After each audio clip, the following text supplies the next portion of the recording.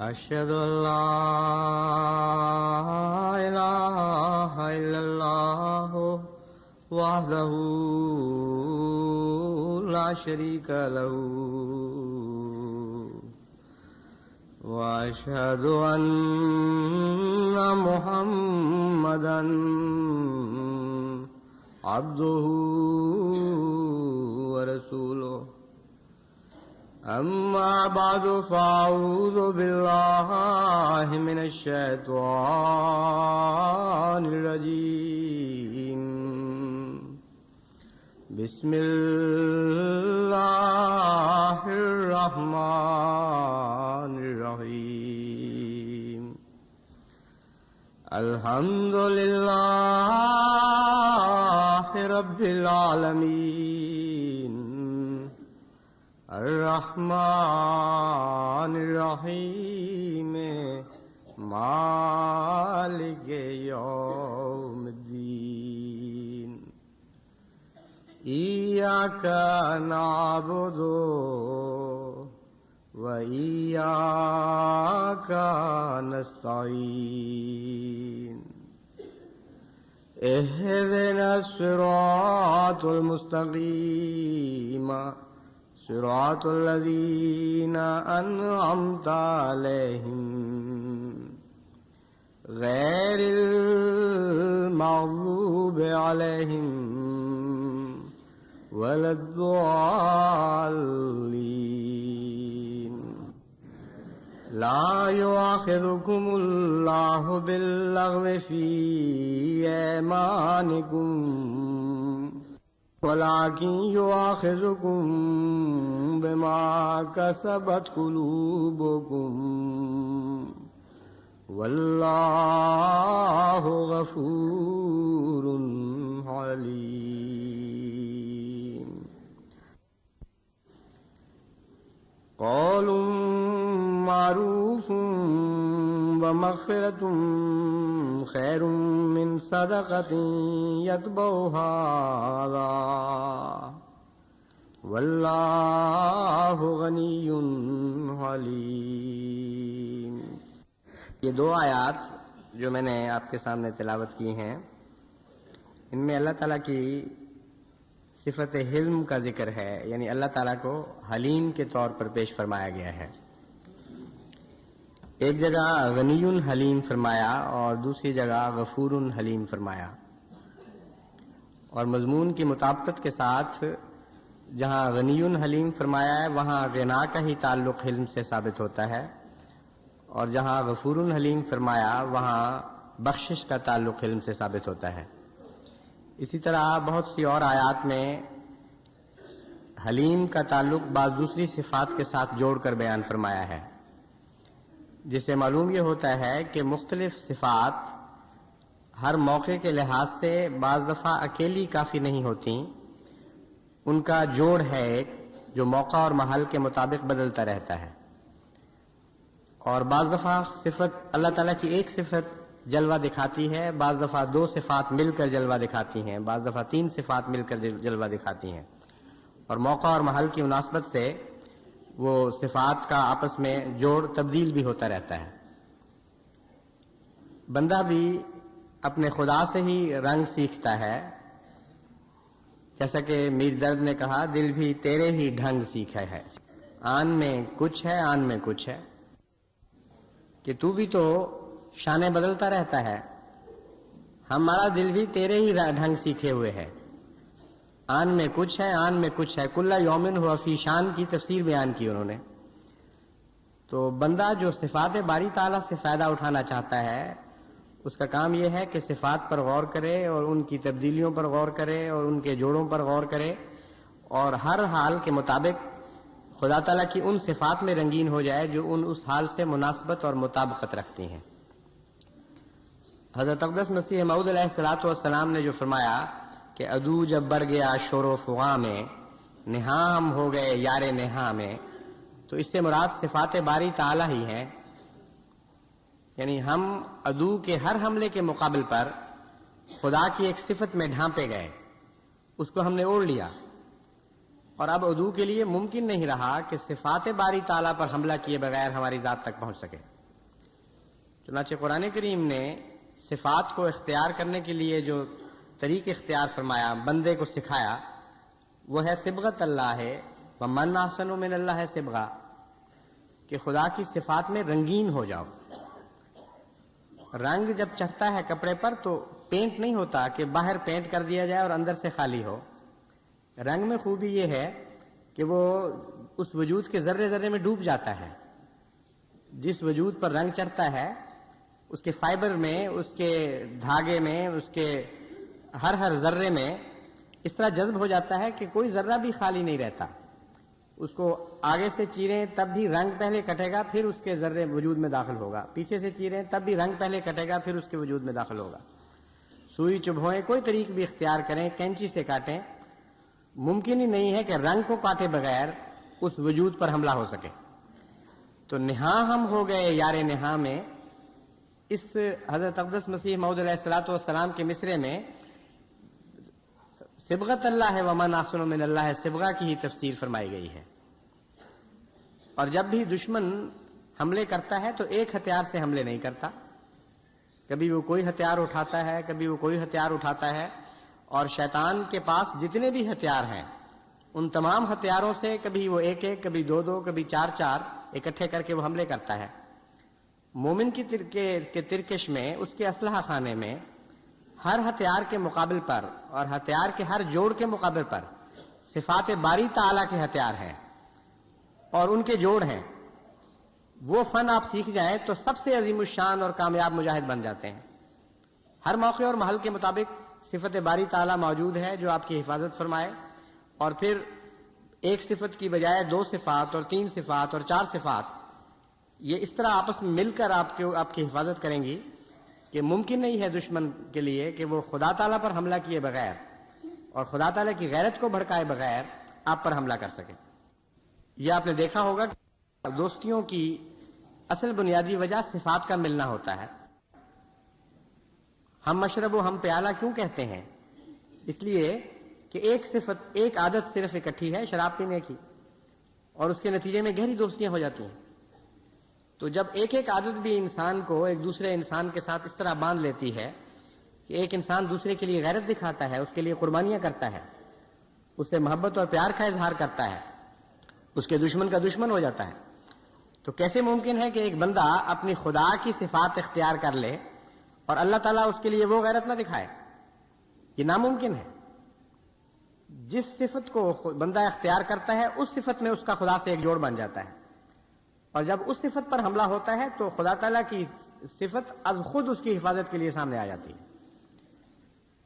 بس اس لحاظ سے حلم بھی ایک بہت ہی عظیم الشان صفت ہے جس کو اپنانے کی ضرورت ہے، اور خصوصاً اس وقت جب کہ دشمن غیظ و غضب دکھا رہا ہو اور حد سے آگے بڑھ رہا ہو، اس وقت حلم کی صفت کی بہت ہی ضرورت پیش آتی ہے۔ حلم کے معنی ہیں بردباری، فہم اور عقل، لیکن حلم میں اور عام عقل میں، عام فہم میں ایک فرق یہ ہے کہ جو قامہ اور استقامہ میں ہے، قامہ بھی کھڑے ہوئے شخص کے لیے بولا جاتا ہے اور استقامہ بھی کھڑے ہوئے شخص کے لیے بولا جاتا ہے، لیکن قامہ میں مقابلہ نہیں ہوتا، استقامہ میں مقابلہ پایا جاتا ہے۔ قامہ ایسے کھڑے ہوئے آدمی کے متعلق کہہ سکتے ہیں جو از خود کھڑا ہے، کوئی اس کو دھکا نہیں دے رہا، کوئی تیز ہوا نہیں چل رہی اس کے قدم اکھاڑنے کے لیے، لیکن استقامہ اس شخص کے لیے آتا ہے جس کو تند ہواؤں کا مقابلہ ہو، دھکوں کا مقابلہ ہو، مشکلوں کا مقابلہ ہو، زلازل کا مقابلہ ہو، اس کے باوجود اس کے پائے ثبات میں لغزش نہ آئے، وہ قائم رہے اپنے حال پر مخالفتوں کے باوجود۔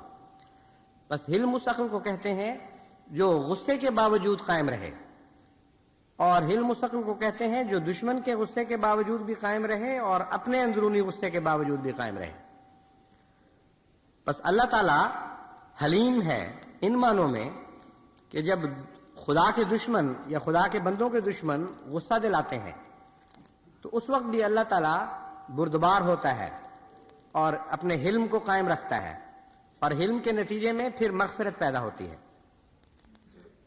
حلم نہ ہو تو غصے کے نتیجے میں جلد بازی پیدا ہوتی ہے، اور اندرونی غصے کے مقابل پر جب انسان پر یہ لفظ بولا جائے تو اس کا معنی یہ ہوتا ہے کہ غصے کو عقل پر قبضہ نہیں کرنے دے انسان. غصہ ایک حرکت کا مطالبہ کرتا ہے، بعض دفعہ بڑی تیزی کے ساتھ، عجلت کے ساتھ کہتا ہے کہ جواب میں یہ کہو. حلم اس وقت قبضہ کر لیتا ہے اور غصے کو اپنی منمانی نہیں کرنے دیتا.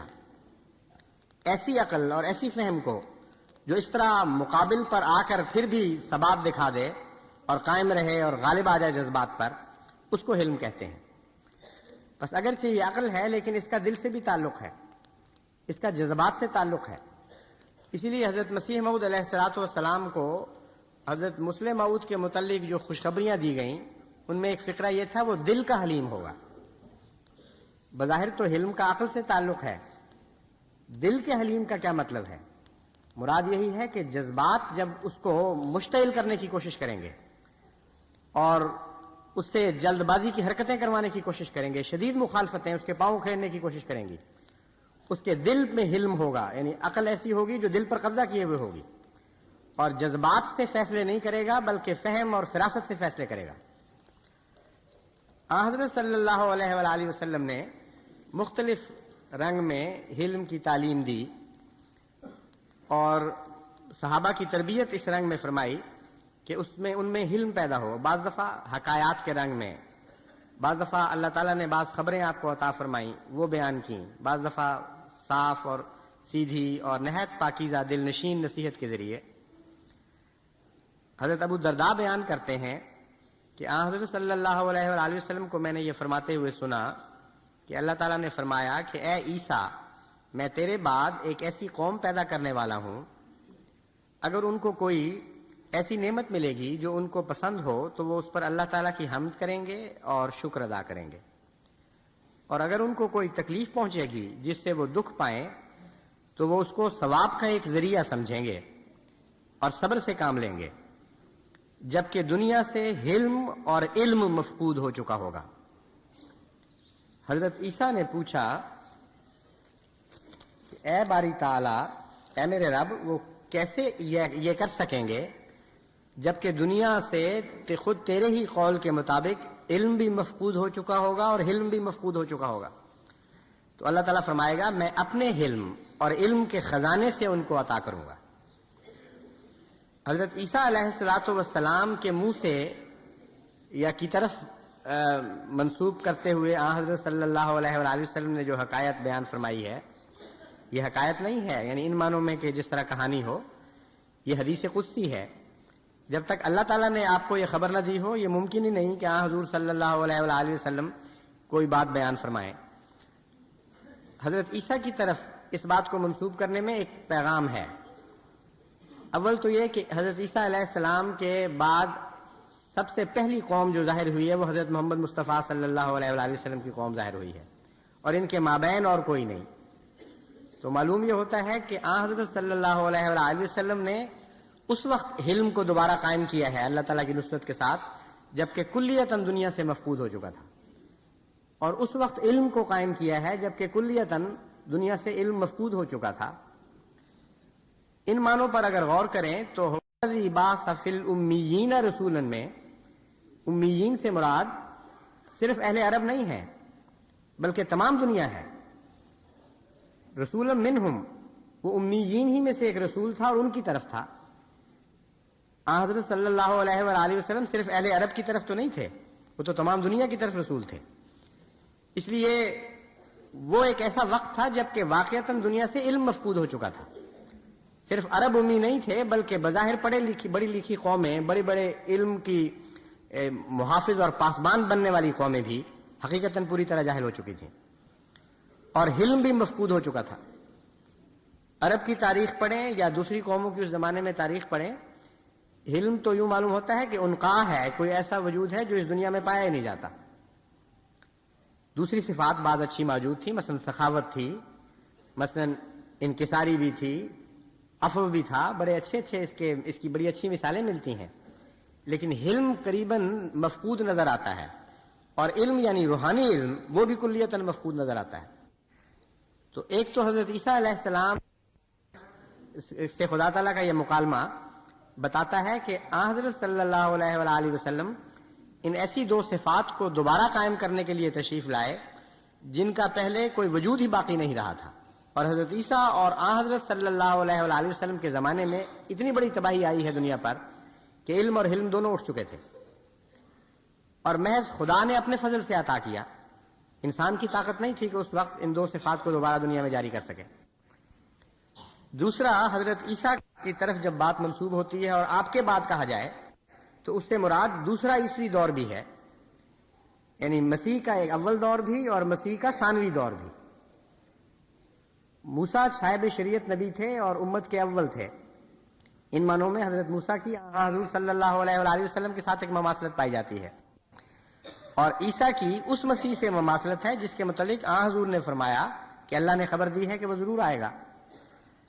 بس خاص طور پر جماعت احمدیہ سے بھی اس کا تعلق ہے، اور جماعت احمدیہ کو ان دو امور میں ترقی کی خوشخبری بھی دی گئی ہے اور ان کی طرف توجہ کرنے کی تلقین بھی کی گئی ہے کہ اللہ تعالیٰ کی صفت علیمی یعنی اس کے علیم ہونے سے حصہ پاؤ اور اس کے حلیم ہونے سے حصہ پاؤ. یہ دو صفات اگر تم مضبوطی سے پکڑ لو گے تو تمہارے لیے یہ عظیم الشان کام دکھائیں گی. بس میں سمجھتا ہوں کہ اس میں جماعت احمدیہ کے لیے خوشخبری بھی بہت ہے اور توجہ بھی دلائی گئی ہے.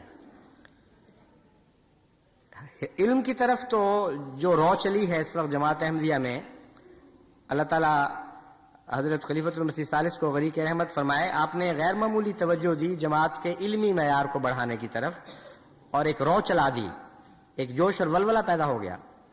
اس کثرت کے ساتھ تمام دنیا سے علم کو بڑھانے کی دعاؤں کے لیے خط آتے ہیں کہ دنیا میں کسی قوم میں کبھی بھی کسی نسل میں بھی اس کثرت سے ایسے بچے نہیں پیدا ہوئے جو اپنے علم کو بڑھانے کے لیے اس طرح خدا سے دعائیں کرتے ہوں اور دعائیں منگوانے کے لیے خط لکھتے ہوں.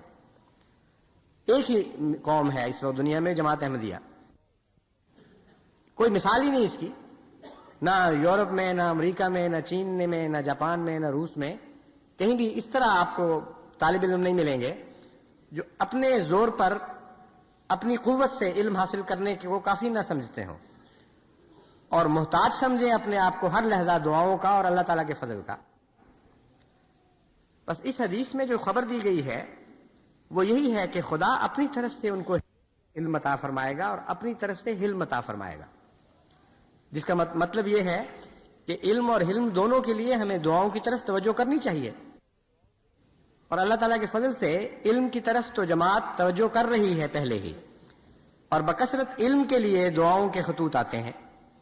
لیکن حلم والا پہلو ابھی نظر سے اوجھل ہے، اور حلم کی بہت زیادہ ضرورت ہے، کیونکہ سچا علم حلم کے بغیر حاصل نہیں ہو سکتا. اس کا بڑا گہرا تعلق ہے. مگر بہرحال اس وقت میں آپ کے سامنے جو حلم کا خاص پہلو رکھنا چاہتا ہوں وہ ہے غصے کے وقت اپنی ذہنی حالت کو متوازن رکھنا اور مشتعل ہو کر عقل کو نہ کھونا. ایسی حالت میں صاحب عقل اور صاحب فہم رہنا، جبکہ عام انسان اس وقت عقل اور فہم دونوں کو کھو دیتے ہیں اور مغلوب الغضب ہو کر پھر وہ فیصلے کرتے ہیں اور حرکتیں کرتے ہیں. حضرت صلی اللہ علیہ وآلہ وسلم کے متعلق حضرت ابو ہریرہ کی روایت ہے کہ ایک دفعہ رسول اکرم صلی اللہ علیہ وآلہ وسلم کی خدمت میں ایک شخص نے آ کر عرض کی کہ یا رسول اللہ، میرے کچھ رشتہ دار ہیں، میں ان کے ساتھ ملتا ہوں، وہ کاٹتے ہیں، یعنی میں تعلق جوڑتا ہوں اور وہ تعلق توڑتے ہیں. میں بھلائی کرتا ہوں اور وہ مقابل پر بدی کرتے ہیں. وہ جہالت کرتے ہیں میرے سے، یعنی ایسی جاہلانہ غصے سے مغلوب ہو کر حرکتیں کرتے ہیں کہ ان میں کوئی عقل کی بات نہیں ہوتی. جہالت اور غصے کی حرکت یہ حلم کے بالکل متقابل صفات ہیں. تو میں حلم سے کام لیتا ہوں. حضرت صلی اللہ علیہ وآلہ وسلم نے یہ سن کر فرمایا کہ اگر واقعی ایسا ہے جیسا کہ تو کہہ رہا ہے تو تو ان کے منہ میں گرم راکھ بھر رہا ہے، یعنی خاک ڈال رہا ہے ان کے منہ میں. اس سے اچھا جواب تو نہیں دے سکتا جو تو دے رہا ہے. اور جب تک تو اس حالت پر قائم رہے گا اللہ تعالیٰ کی مدد ہمیشہ تیرے ساتھ رہے گی. بس علم کا اور فائدہ جو دنیاوی طور پر خود بخود پہنچتا ہے وہ تو ہے، یہ ایک حیرت انگیز اور عظیم الشان فائدہ ہے کہ علم کے نتیجے میں بندہ کوئی نقصان اٹھا ہی نہیں سکتا.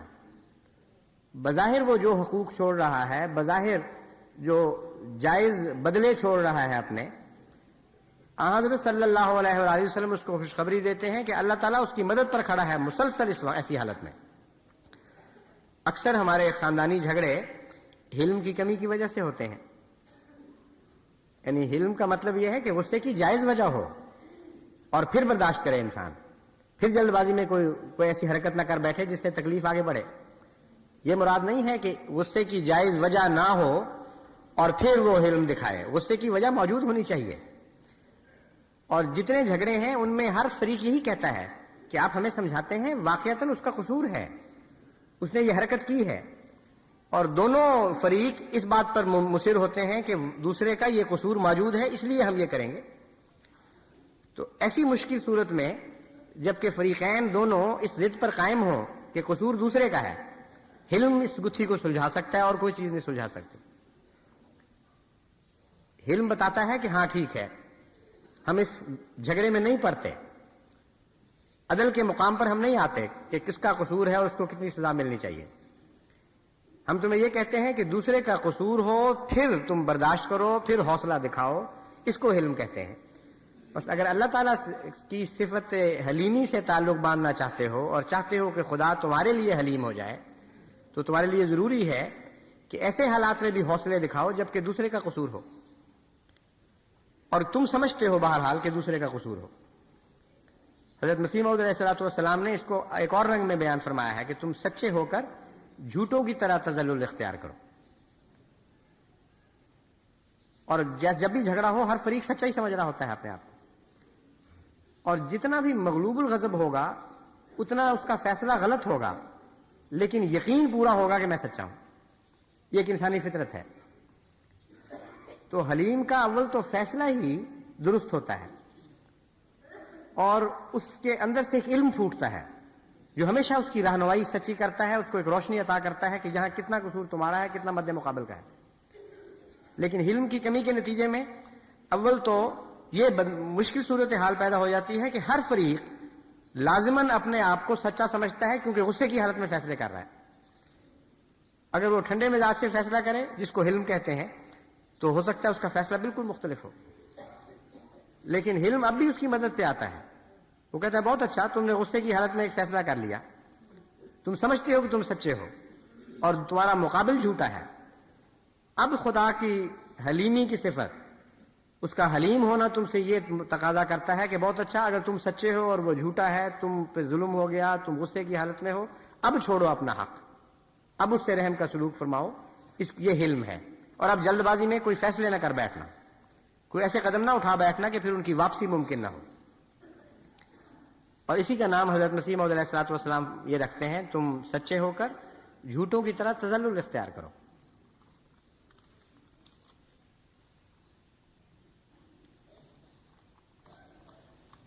حضرت صلی اللہ علیہ وآلہ وسلم نے ایک موقع پر فرمایا، اور یہ حضرت معاذ بن انس کی روایت ہے، کہ جو شخص باوجود قدرت کے غصہ کو ضبط کرے گا، اللہ تعالیٰ اس کو قیامت کے دن سب کے سامنے بلا کر انعام خاص کا مستحق ٹھہرائے گا۔ یعنی صرف غصہ دو طرح کے نتائج پیدا کرتا ہے۔ ایک غصے کی حالت تو یہ ہو جاتی ہے کہ پھر انسان کہتا ہے جو بھی ہو میں کر گزروں گا، کمزور ہو تب بھی وہ مٹ جانے کا فیصلہ کر لیتا ہے اور مضبوط ظالم پر بھی ہاتھ ڈال بیٹھتا ہے۔ اور ایک غصے کی حالت ایسی ہوتی ہے کہ جس کو غصہ دلایا جائے وہ طاقتور بھی ہو یا بدلے کی طاقت رکھتا ہو، ویسے طاقتور ہو یا نہ ہو، کم سے کم اس وقت کسی پہلو سے بدلے کی طاقت رکھتا ہو۔ مثلا ایک کمزور آدمی کو ایک طاقتور آدمی گالی دے دے تو اتنی طاقت تو اس میں باہر آ رہا ہے بیچارے میں کہ وہ گالی آگے سے دے دے اور زیادہ موٹی گالی دے دے، پھر اس کو مار پڑے جتنی چاہے پڑ جائے، اس کا دل اس گالی سے بعض دفعہ اتنا ٹھنڈا ہو جاتا ہے کہ وہ مارنے والا مارنے کے طاقتور ہونے کے باوجود بھی اتنا غصہ نہیں اپنا نکال سکتا جتنا وہ کمزور زیادہ سخت زیادہ موقع کی لگتی ہوئی گالی دے دے اس کو۔ تو کمزوری غصہ جو ہے بعض دفعہ کمزوروں کو بھی ایسی بات پر آمادہ کر دیتا ہے کہ کمزوری کے باوجود وہ بدلہ لے لیتے ہیں۔ اسی قسم کا ایک لطیفہ بھی آتا ہے کہ ایک بہت مضبوط موٹا تازہ پہلوان اکھاڑے سے آ رہا تھا، چپڑا ہوا سارا جسم تیل سے اور ٹنڈ کروائی ہوئی چمکتی ہوئی، سر منڈایا ہوا اور اوپر تیل ملا ہوا. تو ایک کمزور سا بیچارہ آدمی دبلا پتلا جا رہا تھا، وہ اس نے پیچھے سے اچھل کر اس کے سر پہ ٹھونگا مار دیا. اس نے جو مڑ کے دیکھا تو اس کو اور بھی غصہ آیا کہ کوئی مقابل کا ہوتا تو اور بات تھی، اس کو ضرورت. اس نے اس کو لٹا کر مارنا شروع کیا. تو اس نے آگے سے جواب دیا کہ پہلوان جی ہوں جنہ مرضی کٹ لاؤ، جو منو ٹھونگے دا سواد آ گیا وہ تانوں نہیں آ سکتا، مار لو جتنا مارنا ہے. تو جو مزہ آیا نا اس ٹھونگے کا وہ اور ہی مزہ ہے. تو کمزور بھی بعض دفعہ غصے پہ ضبط نہ کرے تو ایسی بات کہہ دیتا ہے کہ جو مزہ اس کو آ جاتا ہے وہ دوسرے کو آ ہی نہیں سکتا پھر. تو حلیم وہ ہوتا ہے کہ ہر حالت میں ضبط کرتا ہے، اس کو مزے لینے کے مواقع ہوتے ہیں لیکن وہ رک جاتا ہے. اس فراست کو، اس عقل کو حلم کہا جاتا ہے. موقع ہو اور پھر انسان باز آ جائے اور اس کی عقل قائم رہے اور غصے سے مغلوب نہ ہو جائے. حضرت صلی اللہ علیہ وآلہ وسلم اس کو ایک خوشخبری دے رہے ہیں. فرماتے ہیں تمہارے لیے یہ خوشخبری ہے کہ قیامت کے دن سر میدان خدا تمہیں بلائے گا اور بطور خاص تمہیں انعام عطا فرمائے گا، کیونکہ یہ صفت ایک غیر معمولی صفت ہے، اس لیے انعام بھی غیر معمولی ہونا چاہیے. ہر انسان میں یہ صفت نہیں پائی جاتی. بڑا عزم چاہیے اس بات کے لیے کہ انسان حلیم ہو.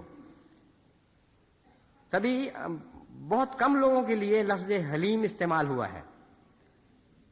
انبیاء میں بڑی بڑی صفات ہوتی ہیں لیکن غیر معمولی طور پر جو لفظ حلیم استعمال ہوا ہے وہ حضرت ابراہیم علیہ السلام کے لیے استعمال ہوا ہے. اور اللہ تعالیٰ نے بڑی خوشخبری دی حضرت مسیح موعود علیہ السلام کو جب یہ فرمایا کہ تجھے ایک بیٹا دیا جائے گا، وہ دل کا حلیم ہوگا. یعنی ایسے وقت میں ہم تمہیں ایک ایسا وجود بخش رہے ہیں جبکہ حلم مفقود ہو چکا ہے، لیکن وہ صاحب حلم آنے والا ہے. تو حضرت رسول اکرم صلی اللہ علیہ وآلہ وسلم تو یہ توقع رکھ رہے ہیں آپ سے کہ جس طرح عیسیٰ سے خدا نے کہا تھا کہ تیرے بعد ایک اور قوم آنے والی ہے، ایک اور قسم کے مسیحی پیدا ہونے والی ہیں، جو پیدا ہونے والے ہیں جو محمد مصطفیٰ کے غلام ہوں گے اور ان سے ہنر سیکھیں گے، ان سے آداب حاصل کریں گے. وہ قوم ایسی ہوگی کہ جب حلم دنیا سے مفقود ہو چکا ہوگا تو اس وقت وہ صاحب حلم ہوں گے. بس حضرت صلی اللہ علیہ وآلہ وسلم کی اس پیشگوئی کا آپ بھی مورد ہیں، اور امر واقعہ یہ ہے کہ اس وقت حلم مفقود ہو چکا ہے دنیا سے. جماعت احمدیہ نے اس صفت کا جھنڈا پھر اٹھانا ہے اور دنیا میں دوبارہ اس کو قائم کرنا ہے. لیکن خیرات گھروں سے شروع ہوتی ہے. پہلے اپنے گھروں میں تو حلیم بن جائیں. جو اپنی عورت کے مقابل پر حلیم نہیں ہے، جو کمزور بچوں کے مقابل پر حلیم نہیں ہے، جو مغضوب الغضب ہو کر ان پر ہاتھ اٹھاتا ہے اور زیادتیاں کرتا ہے اور ظلم اور سفاکی سے کام لیتا ہے، وہ اپنے دشمن کے مقابل پر کیسے حلیم ہوگا؟ بظاہر وہ یہ کہہ سکتا ہے کہ مجھے فلاں نے گالیاں دی، فلاں مولوی صاحب نے اس قدر بد کلامی کی اور دیکھو میں حوصلے میں رہا. لیکن اللہ تعالیٰ اور اس کے فرشتے اسے جھٹلائیں گے کہ تو اس لیے حوصلے میں رہا کہ تو کمزور تھا، اس لیے کہ تیرا بس نہیں چل رہا تھا. جب میرے کمزور بندے تیرے سپورٹ کیے گئے تھے، جن پر تیرا بس چلتا تھا، اس وقت تو نے کبھی حلم نہیں دکھایا. بس تو نے میری صفت حلم سے تعلق توڑ ڈالا ہے، تیرا میں اس سے کوئی تعلق نہیں ہے اس پہلو سے. اس لیے گھروں میں پہلے حلیم بنیے، ان کمزوروں کے اوپر حلیم بنیے جو آپ کے سپرد کیے گئے ہیں. تب اللہ تعالیٰ کی صفت حلیمی آپ کو ڈھانپ لے گی اور طاقتور کے غضب کی راہ میں حائل ہو جایا کرے گی.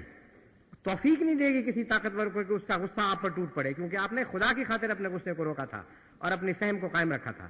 اللہ تعالیٰ ہمیں اس کی توفیق عطا فرمائے.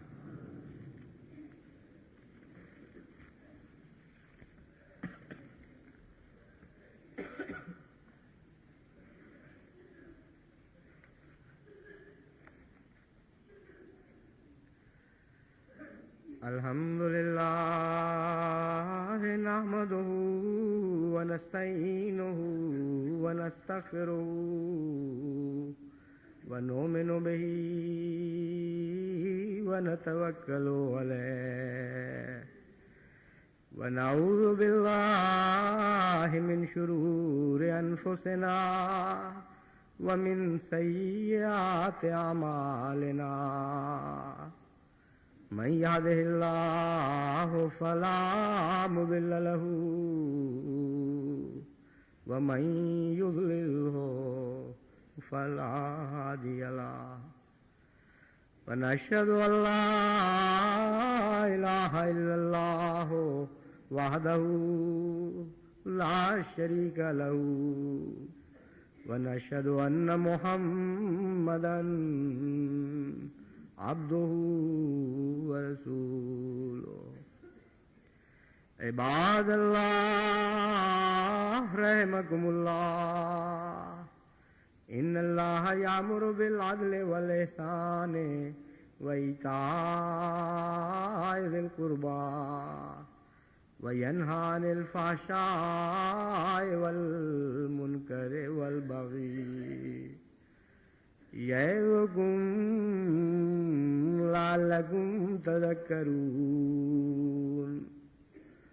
اذكروا الله يذكركم